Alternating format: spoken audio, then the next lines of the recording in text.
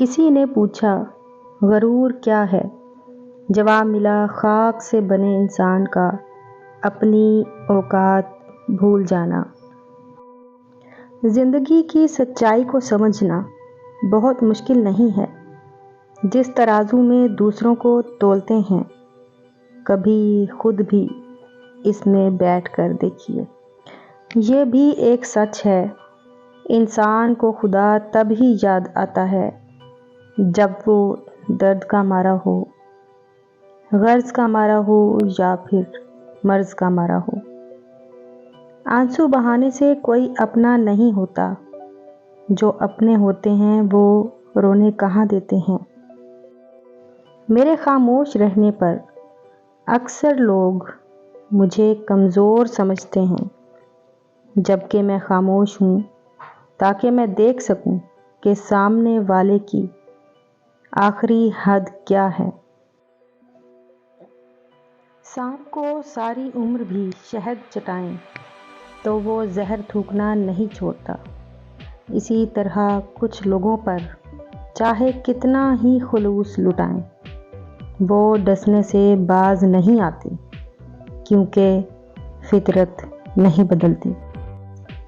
نسلی اور خاندانی انسان کو عزت دو تو وہ شرما کر عاجزی اور مخلصی سے پیش آئے گا، لیکن کم نسل، نیچ اور گھٹیا انسان کو عزت دو گے تو وہ تکبر سے اکڑ جائے گا اور مخالفت پر اتر آئے گا۔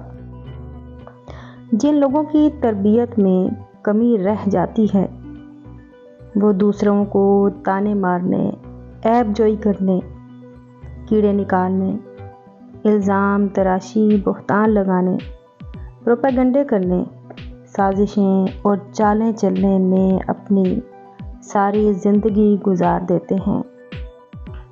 اگر کوئی بلا وجہ آپ کا دشمن بن جائے تو یاد رکھیے آپ میں کچھ خاص ہے، سامنے والا حسد کا شکار ہے۔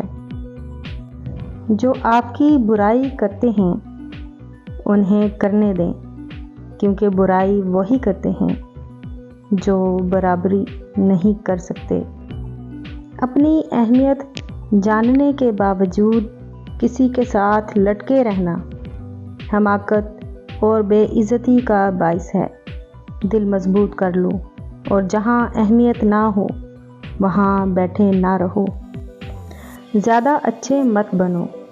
یاد رکھو میٹھے پھل ہمیشہ چاقو کی نوک پر ہوتے ہیں۔ منافق کی ہمدردی دشمن کی تلوار سے زیادہ خطرناک ہے۔ جب انسان اندر سے ٹوٹتا ہے تو باہر خاموشی ہو جاتی ہے۔ لفظوں کے زخم جھیلنے کے بعد بھولنے کا فن یا تو پاگل کو آتا ہے یا کامل کو۔ زبان سے معاف کرنے میں وقت نہیں لگتا، لیکن دل سے معاف کرنے میں عمریں بیت جاتی ہیں۔ ہر انسان اپنی زبان کے پیچھے چھپا ہوا ہے، اگر اسے سمجھنا ہے تو اسے بولنے دو۔ سوچ سمجھ کر بولا کرو، الفاظ نسلوں کا تعارف کروا دیتے ہیں۔ اکڑ تب تک چلتی ہے جب تک پکڑ نہیں ہوتی۔ ہمیشہ خوش رہا کریں، کیونکہ یہ بہترین انتقام ہے ان لوگوں سے جو آپ کو اداس دیکھنا چاہتے ہیں۔